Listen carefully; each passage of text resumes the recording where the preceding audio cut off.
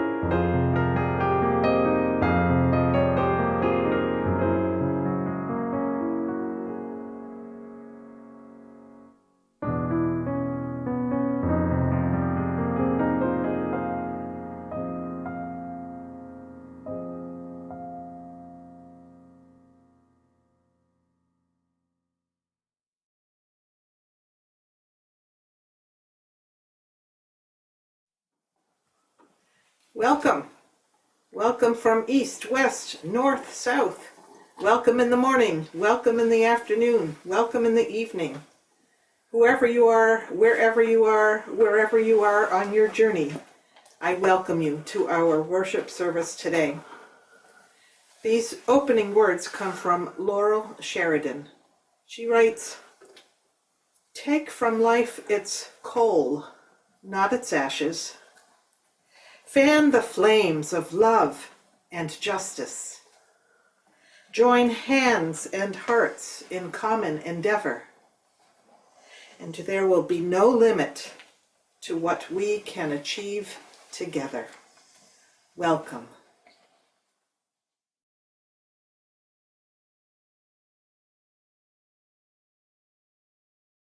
Good morning.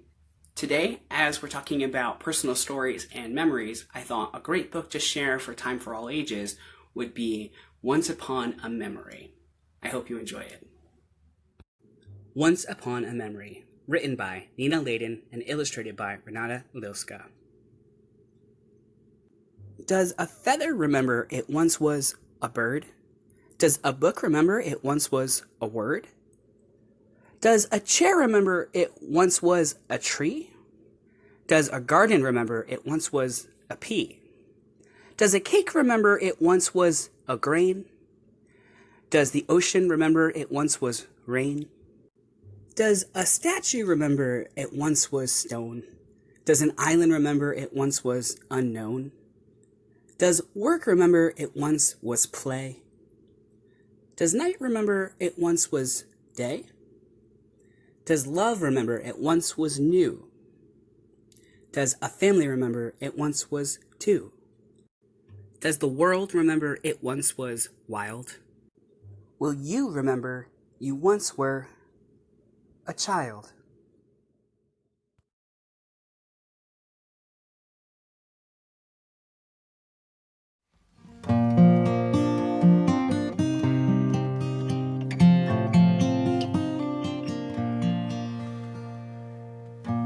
Spirit of life, come unto me.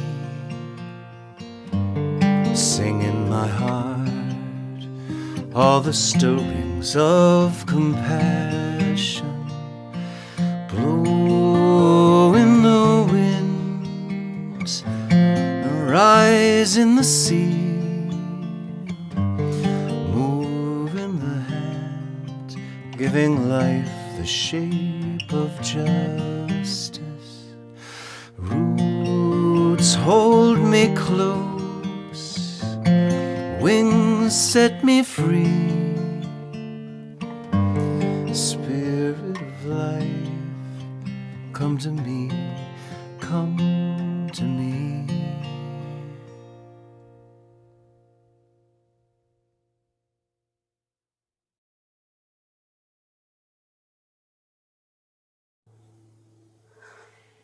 At 1:40 a.m. on June 6, 2011, the Brunswick Police Department telephoned me to tell me the Unitarian Universalist Church was on fire. Well, that was a long night, followed by a long day and many long days after that. But there was one funny story that came out of it. At 8:30 a.m., after having stood on the sidewalk all night long watching the church burn, I sat down on the steps of Pennell House and called the Church Mutual Insurance Company to start the claim process. I knew all about making insurance claims because the church had been broken into and damaged only 3 months earlier.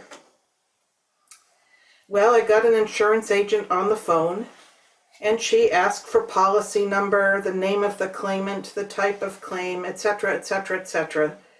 And once she had all the information she needed to start the claim process, she made to end the conversation.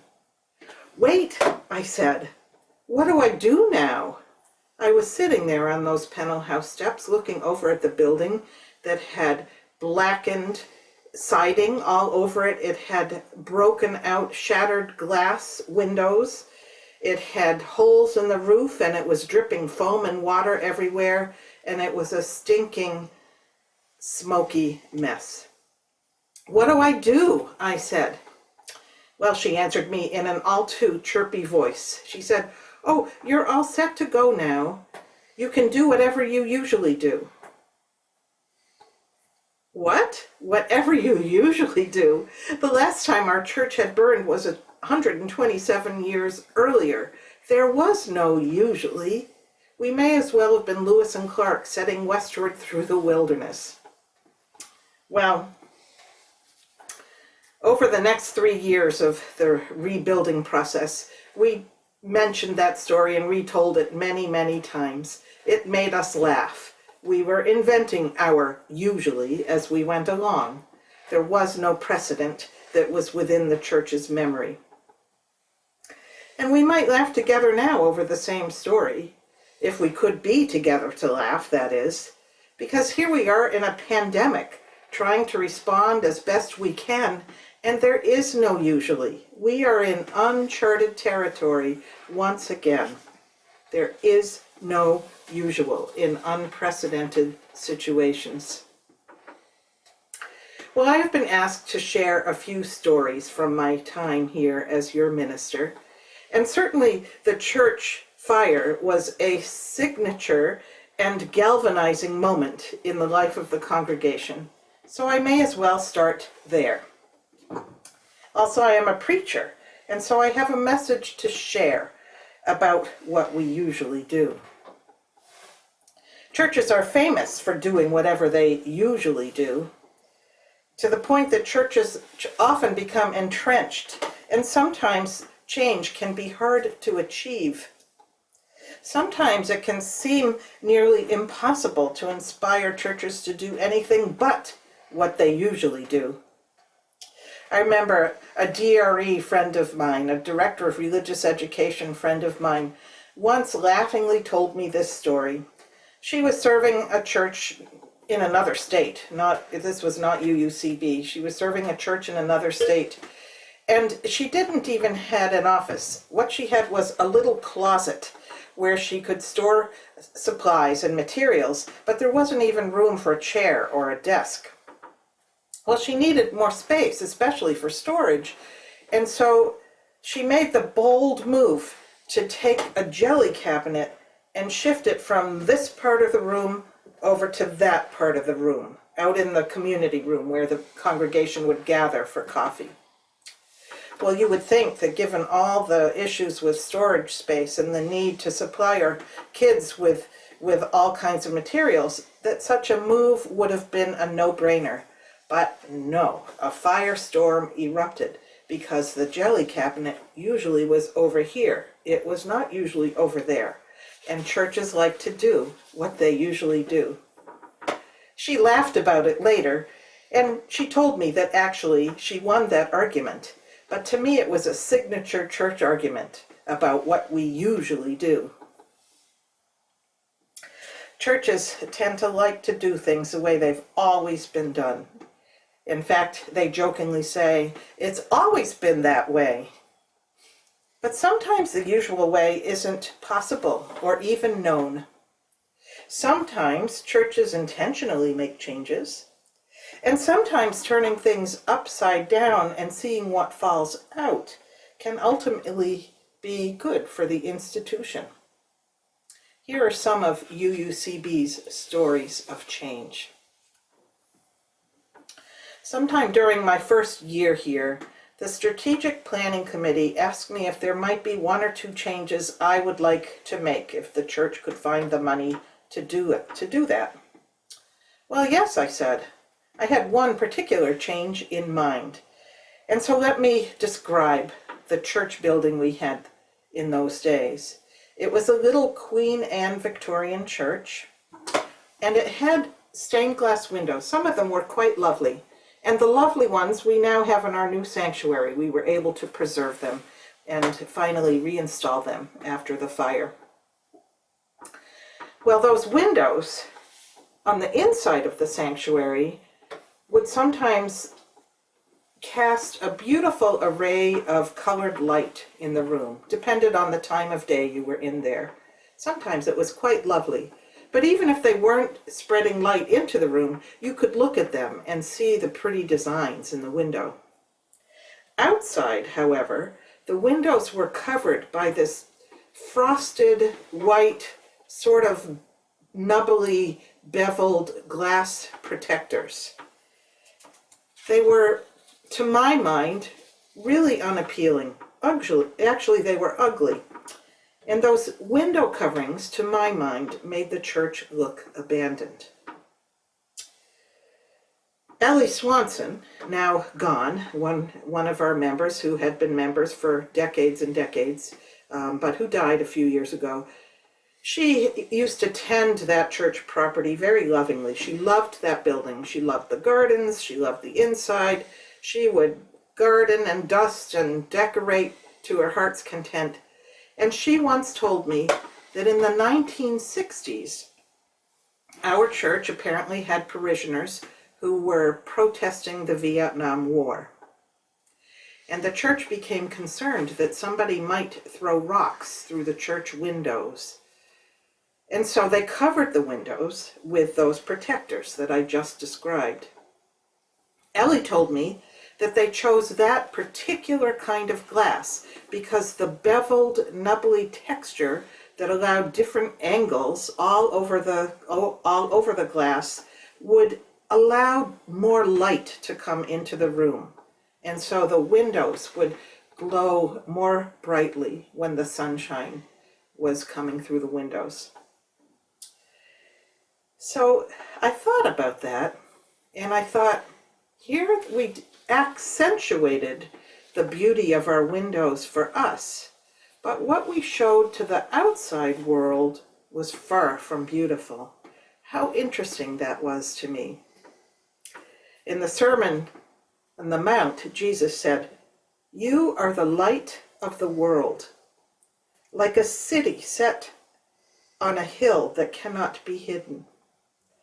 Nor do people light a lamp and put it under a basket, but on a stand, and it gives light to the whole house." Here we were putting our light under a basket and hiding it from the world. So I asked the Strategic Planning Committee if maybe the church could replace those frosted glass windows with something clear. Well, ultimately, the congregation did decide to do that, and then the light from our windows shone out at nighttime. And during the day, our church also looked occupied as opposed to abandoned.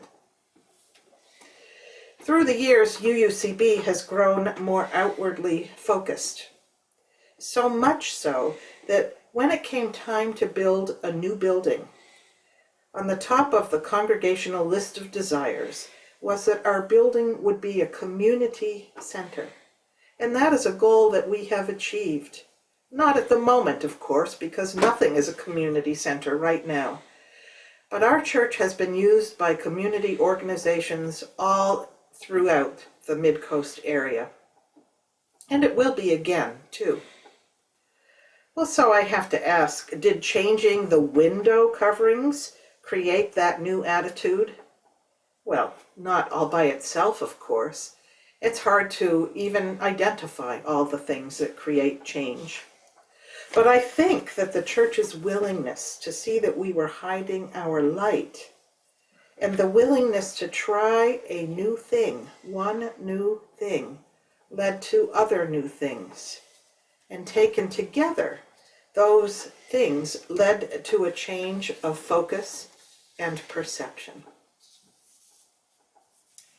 Well, so thinking about changing focus and perception, that leads me to our mission statement, which we created together around a decade ago. We held an all-day-long facilitated conversation at the Moral Room in Curtis Memorial Library. The turnout was excellent. The room was quite packed with members and friends of UUCB. Spirits were high, creativity ranged far and wide, and the statement that we created together is one that I've always loved.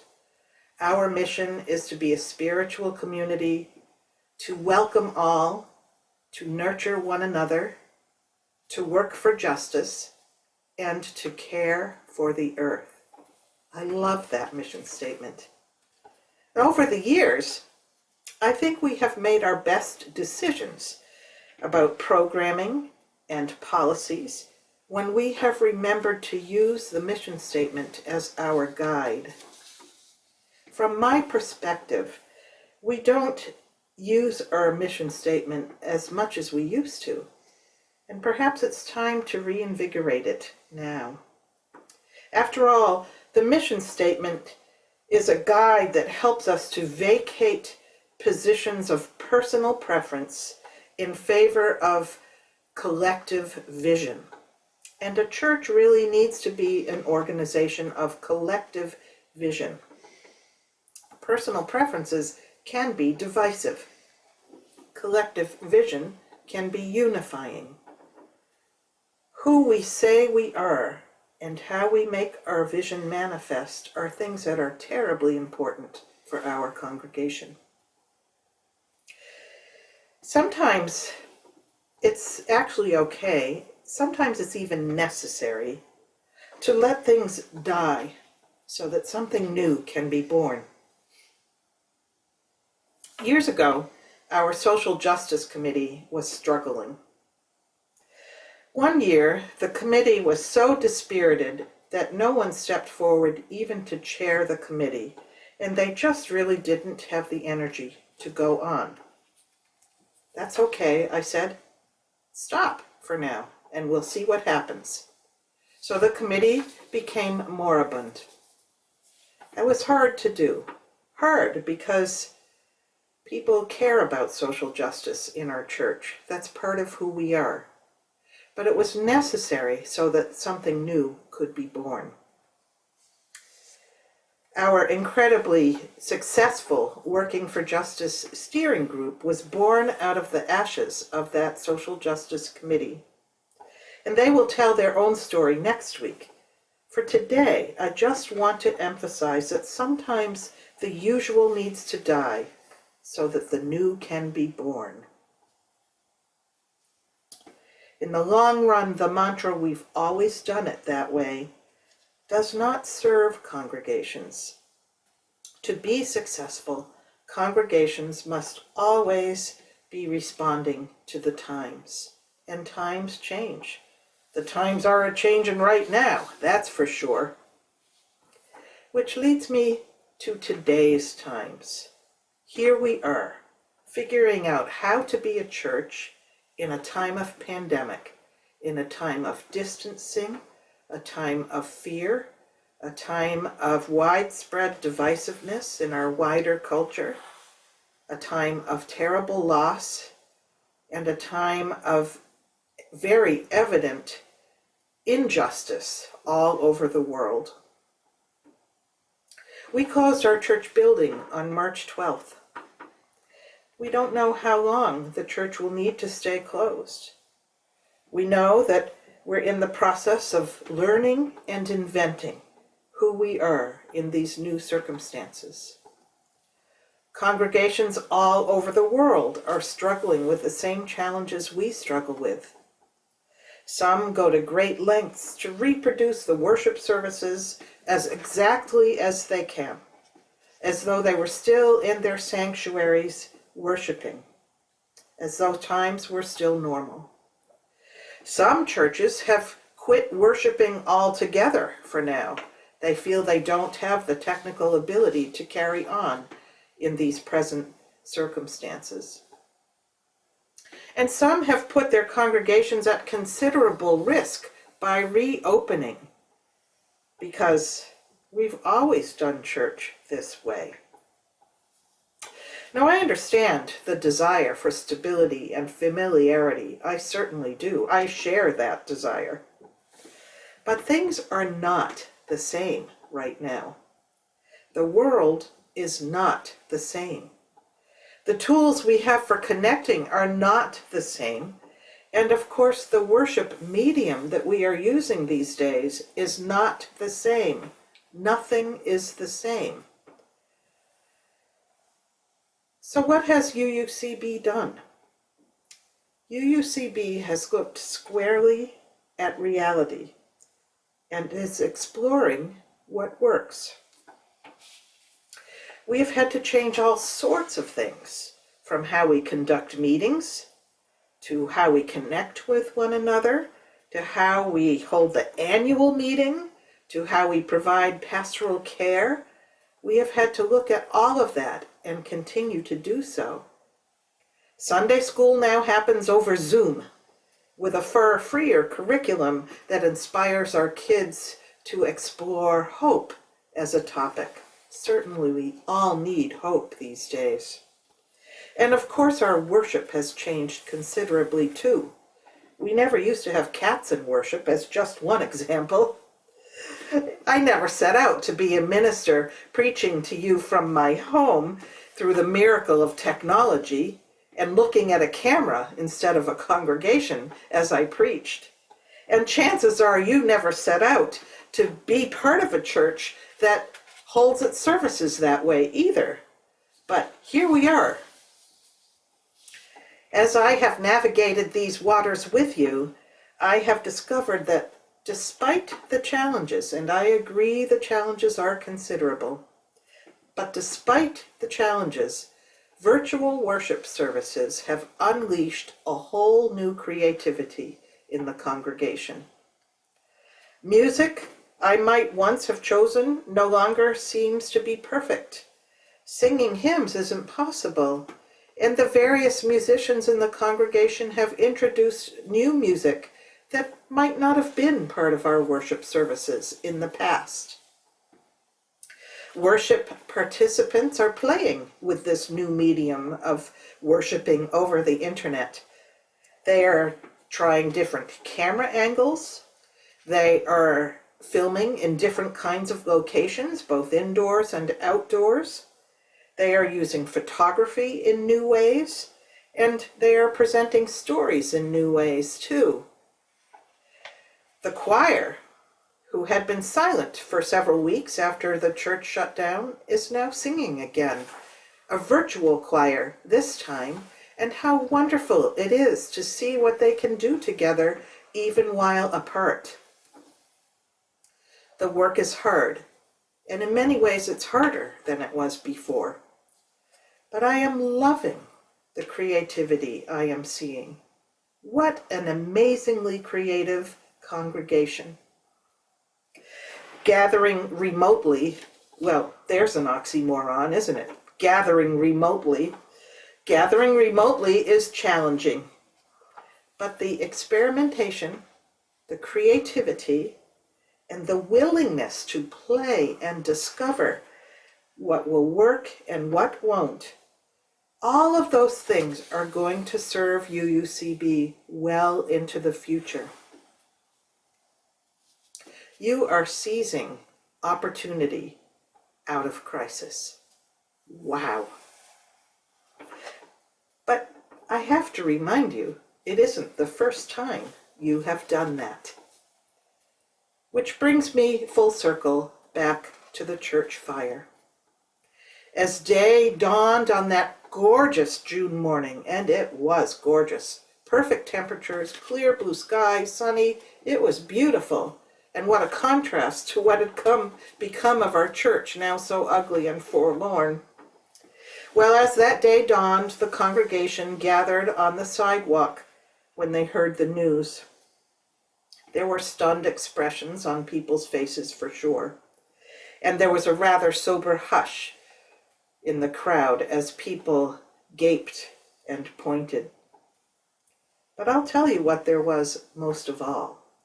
Most of all, there were people stepping up to help. There was Laura Jackson collecting the pieces of glass from the Swanson window that lay scattered on the lawn. There was Brad Mitchell, our minister emeritus, going off to visit a list of parishioners I asked him to go see. There was Carter Ruff providing emergency care to our baby grand piano. There was a steady stream of people who helped haul things out of the dusty, dirty, smelly, wet sanctuary. There was Nicole Boudelier, our Director of Religious Education, appearing at my side and saying to me, "People are telling me they're really worried about you and they want you to go home and rest now."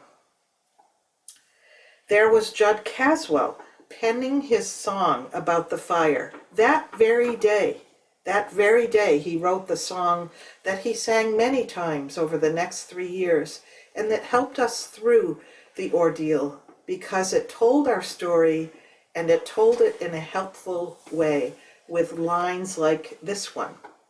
When the UU burned down, the mission was clear. Pick up the smoldering pieces and take it from here. That day was just the beginning. Within a week, we had a recovery team. A few months after that, we had a building team, and then a capital campaign team. A year after the fire, the capital campaign announced the results of our capital campaign. They had created a stretch goal of $850,000. But when they announced the final results, it turned out that you had given pledges and made contributions of over $1 million. And then, of course, in April 2014, we started worshiping in a beautiful new church, now a community center in Brunswick in the Mid-Coast area. For now, the church has left that building, but not forever. The building still stands on the corner of Middle and Pleasant. It stands as a proud reminder of what started on that June morning. A proud reminder of people showing up and getting straight to work. A proud reminder of creating something new when the things you usually did and the places you usually used for your anchor were gone. Now UUCB is about to launch a period of interim ministry in the middle of a pandemic. It's a whole new world of exploration. So what will you do? Well, I don't know what you will do, but here's what I want to suggest. I want to suggest that you do what you usually do. You show up and roll up your sleeves. You cultivate curiosity, playfulness, thoughtfulness, creativity, and commitment. You marry innovation and tradition together. I have absolute faith in this congregation. I have faith that you will seize this opportunity before you now to build the church of the dawning future. So may it be. I love you. Amen.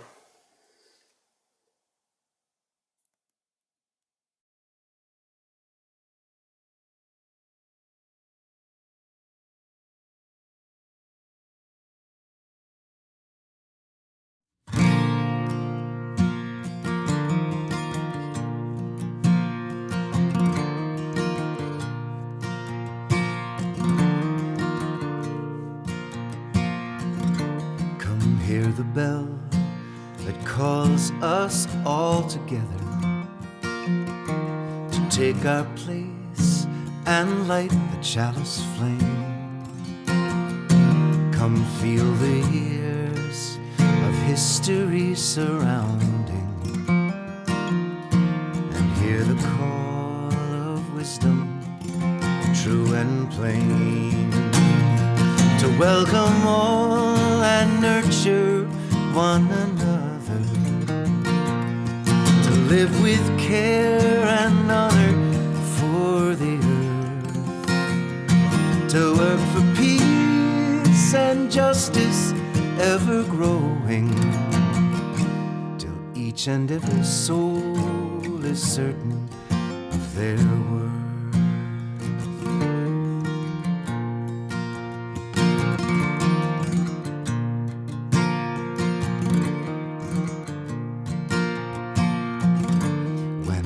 Is thin and threadbare on our shoulders, and winter storms have harried us too long. It's here we find our shelter from the weather and find ourselves in silence and in song, to welcome all and nurture one another,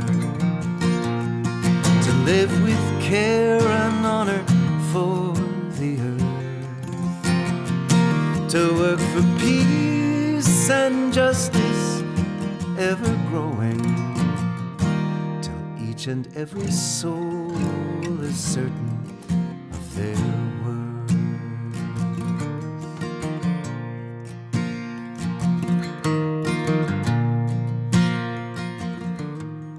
Behold the church.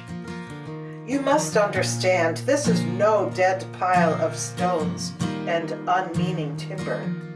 It is a living thing.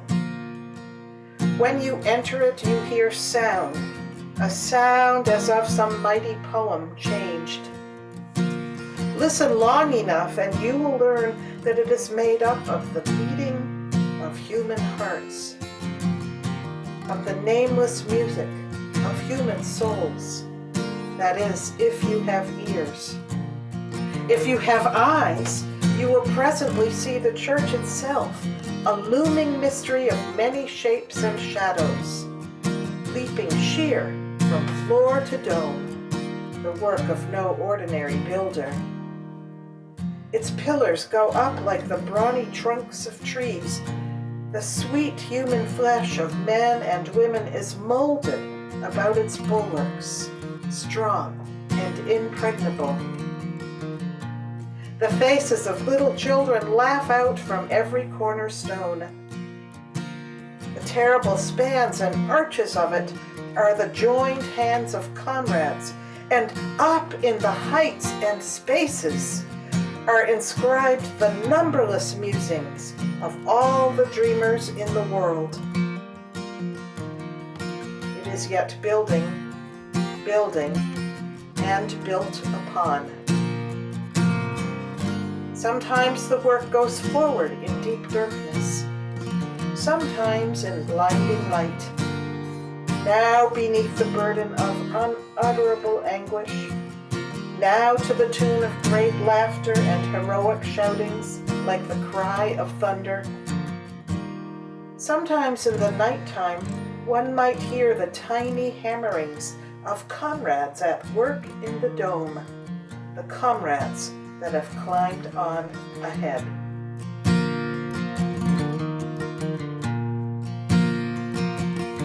Come hear the bell that calls us all together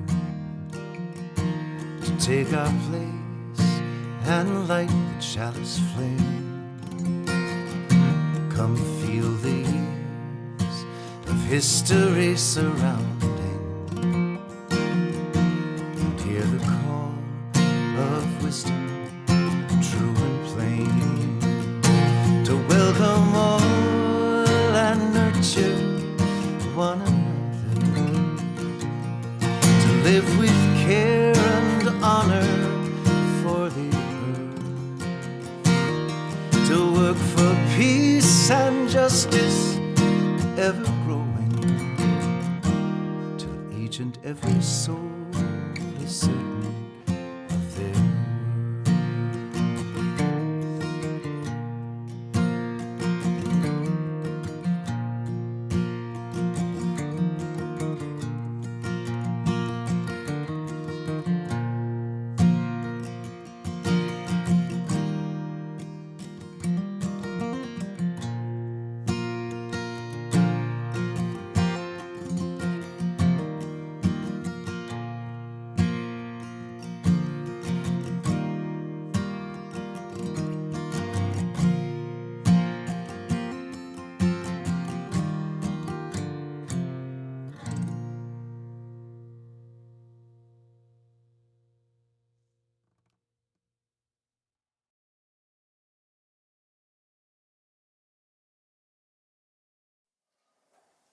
Let us be together in the spirit of meditation and prayer.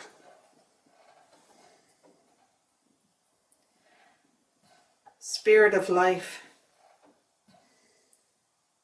Spirit of love, we gather our hearts together in troubled times. So human we are, so frail and so strong, so tender and so tough, so confused and so wise. So human we are, never knowing fully the way forward, but knowing only that we must take step after step, finding our way as we go. May we equip ourselves with the balm of hope, the fire of creativity, the iron strength of commitment, and healing laughter and playfulness. When we stumble, may we find the strength to right ourselves again. When another stumbles, may we reach out our hand to assist. This day and all days, may we find moments of beauty, and may we give thanks for the opportunity to bring peace, joy, and love into our world. So may it be. Amen.